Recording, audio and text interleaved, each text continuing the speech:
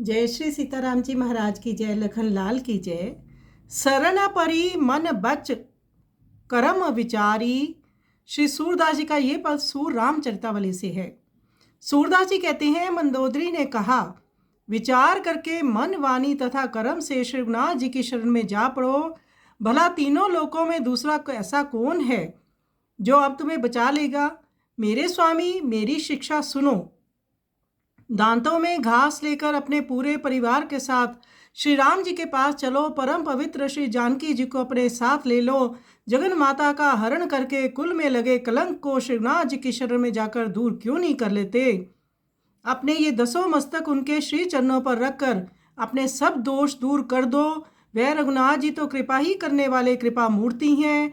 आधे क्षण के लिए भी तुम पर क्रोध नहीं करेंगे। जिन्होंने स्वयंवर सभा में शंकर जी का धनुष तोड़कर संपूर्ण नरेशों का मान मर्दन करके श्री जानकी जी से स्वयंवर के नियमानुसार विवाह किया, जिन्होंने एक क्षण में परशुराम जी का प्रताप और बल खींचकर अपने हृदय में धारण कर लिया, उन्हें निष्प्रभ कर दिया, जिन्होंने खेल खेल में स्वर्ण मृग बने मारीच को मार दिया और अहंकारी बाली का संहार किया, वही महाराज श्री दशरथ कुल चंद्र अपार बलशाली शारंग धनुषधारी श्री रामा आ गए हैं। उनके दल में सुग्रीव जैसे श्रेष्ठ मंत्री हैं, अत्यंत बलवान विशाल काय अन्य सेना नायक तथा बड़े ही उत्तम योद्धा वज्र श्रीरधारी निर्भय संग्राम विजयी पवन कुमार हैं। वे वज्र जैसी शिला लेकर दौड़ेंगे और क्षण भर में लंका को कीचड़ बना देंगे, धूलि में मिला देंगे। तुम्हें अपने समस्त कुल एवं कुटुंब परिवार के साथ बांधने में वे देर नहीं करेंगे। इसलिए तुम मेरी हित भरी बात मान लो। अब भी शंकर जी का उनके वरदान एवं सहायता का बल मत करो।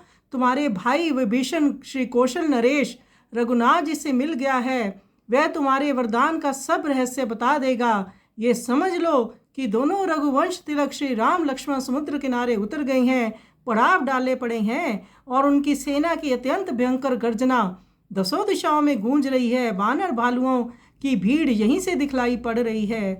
तो मंदोदरी जी भरसक प्रयत्न कर रही हैं कि रावण को समझा दिया जाए। श्री राम जी की सुंदर गाथा भी सुना रही हैं, परंतु रावण अभी हट पकड़े हुए हैं। तो आइए श्री सूरदास जी का इस सुंदर पद का हम श्रवण करें।